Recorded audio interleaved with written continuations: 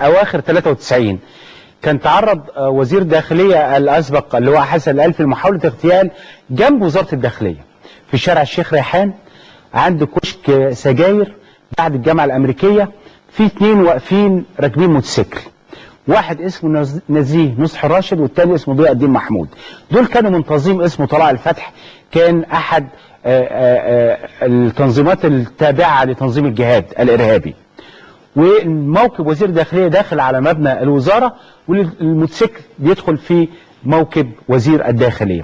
الموجه الانفجاريه ادت لمقتل كذا وزير الداخليه اصيب في دراعه وقعد يتعالج حوالي 5-6 شهور وسافر المانيا وكتير يعني.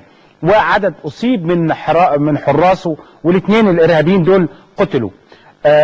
لكن نزيه نصح راشد مسلم دخل المستشفى القصر العيني، كان في يعني بيطلع في الروح زي ما بيقولوا.